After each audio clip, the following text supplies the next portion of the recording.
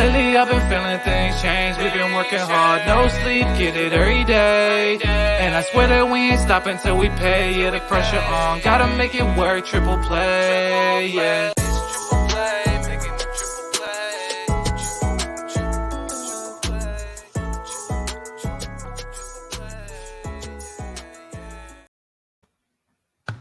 What up? What up? This is Triple Play Fantasy Basketball. Back again, week 10, people.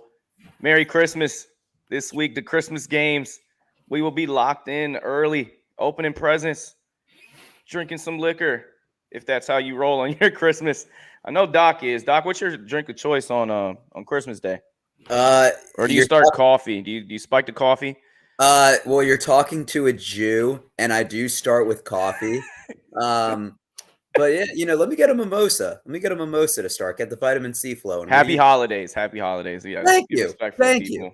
You know, Christmas just takes over, but not all of us celebrates the birth of Jesus Christ. So with that said, let's get right into it. You see in our graphic, we see some familiar faces. We have actually two white Americans as well, which that's a rarity when it comes to basketball. Shout out CJ Miles. He came on a pod on Friday with David, Doc's brother, and myself, and probably the coolest former professional basketball player that's ever lived. Super, super cool dude. Super great conversation. He shared some stories about Jerry Sloan that he had never talked about before. So please check that out we do interviews as well. It's been a while, but Adrian Dantley, Damian Wilkins, to name a couple of them. Games watching this week, teams with two. Heat, Clippers, Nets, Pacers.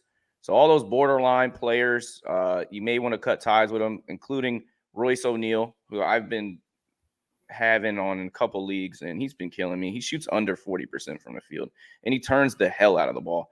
So I'm poo-pooed out on Royce O'Neal. Teams with four, there's six of them. So these are the teams that you really want to highlight and look at this week. The Mavs, the Knicks, the Lakers, the Bucks, the Suns, and the Sixers. You really want to look at the Bucks players too, because at the beginning of the week, they play Monday, Tuesday, and Thursday. So they have 3 out of 3 games in 4 days, and then the rest of the league plays 3 games. That's 20 teams. Pickup candidates 1, 2, and 3 for us is Donte DiVincenzo. You see him in the thumbnail. White Donte is taking over a lot of the usage that Steph Curry is out. Somebody needs to fill the shoes. Walker Kessler, although he's owned in 58% of leagues, some people are still sleeping on the blocks machine. And then Nickeil Alexander-Walker, we mentioned him last week, but we didn't spend too much time on him. But he's another Jazz player. You got to think about Malik Beasley as well, Kelly Olynyk, Mike Conley. Any of those Jazz guys, I'd get them like right away. I'd get them now if you had a pickup to use. So White Donte last week averaging 16 points, 8 boards, 4 dimes, and 4 3-pointers. I was watching the 76ers game, and he hit three. His first 3 shots were all threes. He didn't fill that up the rest of the night, but then he was producing with assists and rebounds. What's your take on DiVincenzo, former 2-time NCAA champ for the Villanova Wildcats? So I've been wondering, is White Donte actually his nickname, or is that just what you call him? You know what? I can't have credit for that. I think I stole it from like Amin Al-Hassan or somebody that used to be on the jump, and I just thought it was hilarious. So, yeah, all right. That's not mine. I can't take credit for it, but I don't know many White Dontes that I've met in my life. All right, that's fair. Well, talking about him, we see the minutes since Curry's been out, 27, 38, 35. Now, keep in mind, Steph's going to be out at least a month with the left shoulder injury. He's good for threes. He's good for rebounds. He's good for assists. He has 25 rebounds his last 3 games, 4 steals, 11 assists. He's 6'4", so that's just pure heart and hustle. And he has 1 year remaining on his contract, but he wants to get paid. I mean, he's making barely league minimum.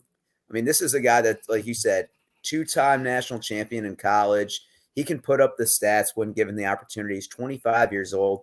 Jordan Poole obviously is the main beneficiary with Steph going down, but Wiggins isn't back, so that means White Dante is bound to cook. Yeah, and he's got 12 threes in the last 3 games. The He's injuries, shooting. Yeah, he's hitting a good percentage too.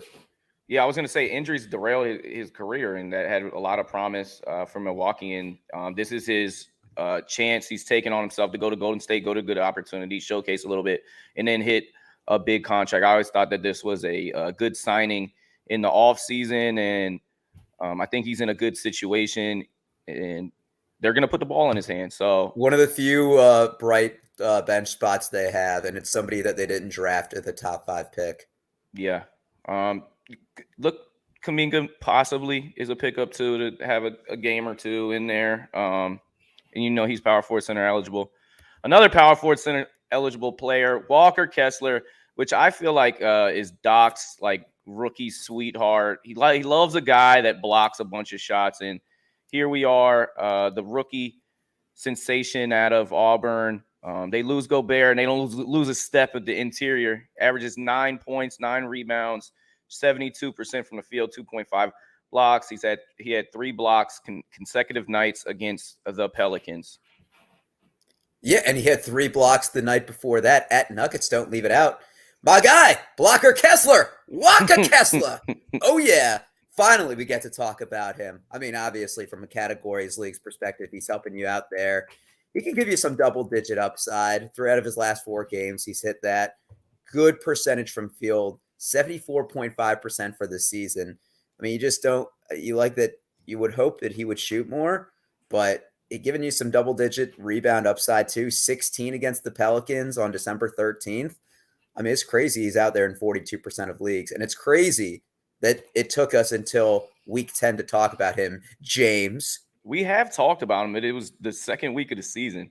Okay, so well, he needs Doc, his own and he does get a mention here, even though we don't have a graphic, but he does get mentioned here. From one Walker to another, Nickeil Alexander-Walker, no relation, although we know this is Shai Gilgeous-Alexander's cousin. 20% rostered. He can be found anywhere. In the last 2 weeks, he had 2 really explosive games that kind of bolster these stats, but 15 points, 3 boards, 4 assists, 3 3-pointers, and then close to a steal and block. Pelicans, he had 19 points. He had 4 threes, 3 boards, 6 dimes, 2 blocks. I just like the fluidity of his game, and when he's playing high, he can really create separation on his step back jumpers. And I think as he gets older, his game is going to get more and more sound. He needs to pick up his efficiency, but I can see him being a bona fide like 6th, 7th man that goes in there and scores the basketball in the future. So I'm glad he's getting a little bit of opportunity here. And we know that the Jazz have the best schedule of the week. So if he's out there, I would give him a look. I mean, we have to put a little caveat, a little bit of an asterisk that the Jazz rotate their guards between him, Malik Beasley, Jordan Clarkson. Jordan Clarkson ain't passing the ball. So, I mean, just keep that in mind. He's averaging 15 minutes per game for the season. They pass the ball as a team, though. Even though you think about those players not being passers of the ball, they're playing a clean game, even though they're finally showing their true colors, and they're losing a bunch now after that hot start where they started in first place in the West. They're losing like crazy, but they still are playing a cool brand of basketball. Jordan Clarkson's a top 5 ball hog in the league. And he's averaging his career high in assists, which I think it's like 2.7 this year. Moving on, pickup candidates. Told you so. Yeah, we did that. Jalen Duren, we saw him starting. He's being a rebound machine. We'll talk about that shortly. Mo Wagner. I don't know. He took a dip. Like, people cut him because he had a dud, and then he's just been consistent. And I think it has to do with the team that he played. We'll talk about that. And Quentin Grimes. So we start off with Jalen Duren. So he's had 5 straight games with at least 12 rebounds, which is the first teenager since Dwight Howard. And he averaged 15 boards last week. He had 19 against Charlotte, 3 blocks. Must pick up, Doc? If you're in a categories league, yes. Like, you can't pass on that rebounding upside. 14, 19, 13, 12, 13. The points are going to be These Like, are prime Andre Drummond numbers. I mean, then he is arguably the best rebounder ever. I mean, he's not going to give you much else. Like, he's averaging 0.9 blocks on the season. He's shooting a good field goal percentage. I say in a categories league, like, he is a must own because he can give you the rebounding numbers for like 3 people. Yeah, he's going to win you that category right now or push your team over the edge. Mo Wagner, in 23 minutes against Boston, in the last game, he had 25 points and 8 boards. And let's take a look at his last 2 weeks. 16 points, 8 boards, 2 dimes, 1.3 threes, categories leads. He is killing it, and that's a good sample size. Since November 30, he's only had 2 duds. So Mo Vogs, he needs to play. And the 2 duds, I just want to mention, they were against Toronto. So don't play him against Toronto. But everybody else, he's been killing it. I feel like the more concerning thing for him is the amount of time he's getting. Like, he dropped 25 points at Celtics in a huge upset on Friday, but he only played 23 minutes. The game before that, 30, 21, as opposed to when he was getting 32, 36, 31 prior. So, I mean, he's putting up good numbers in that time, but you just don't like seeing the minutes go down.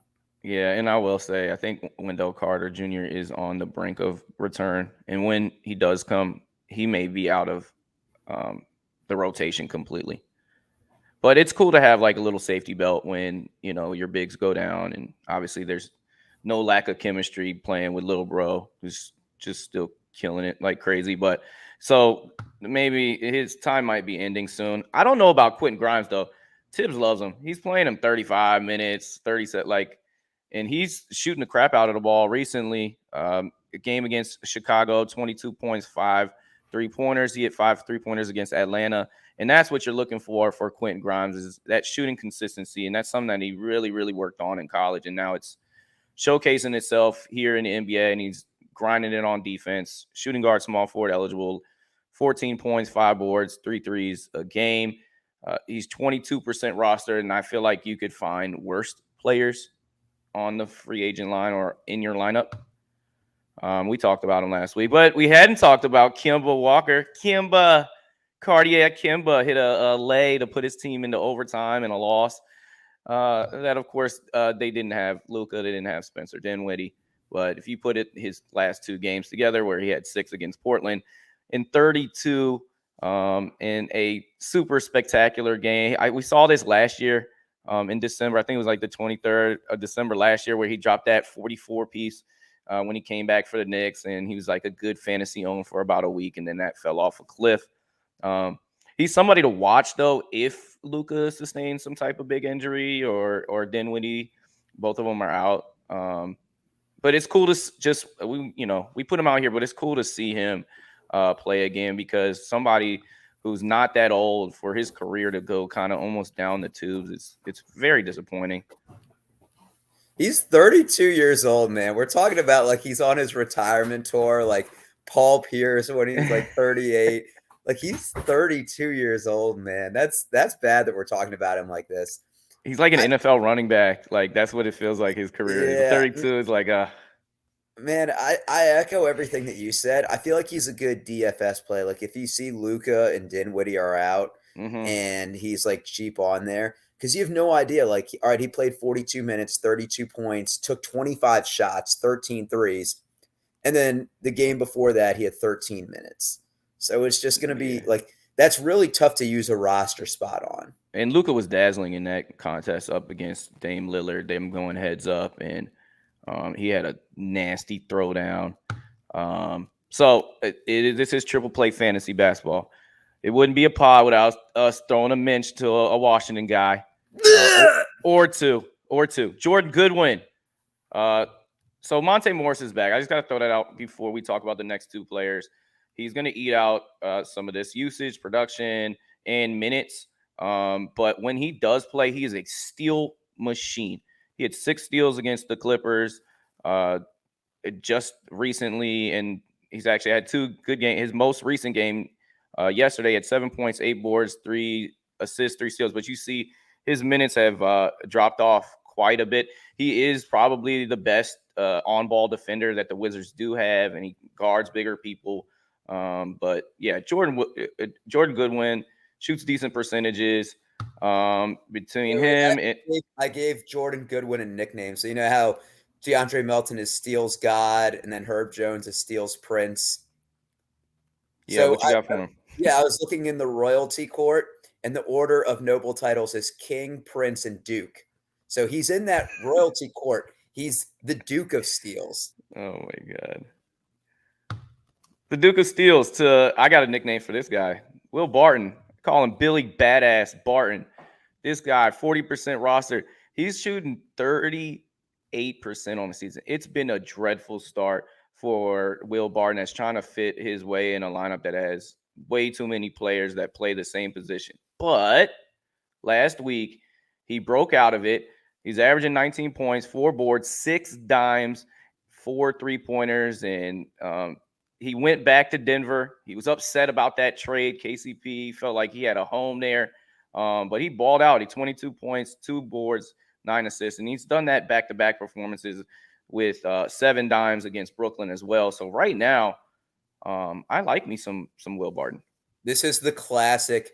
Will Barton has 3 or 4 good games in a row, and let's get carried away, and then he drops 7 points on 2 out of 9 shooting right after you pick him up. That may be true. What do you think about the city jerseys? Do you like this pink? It's okay.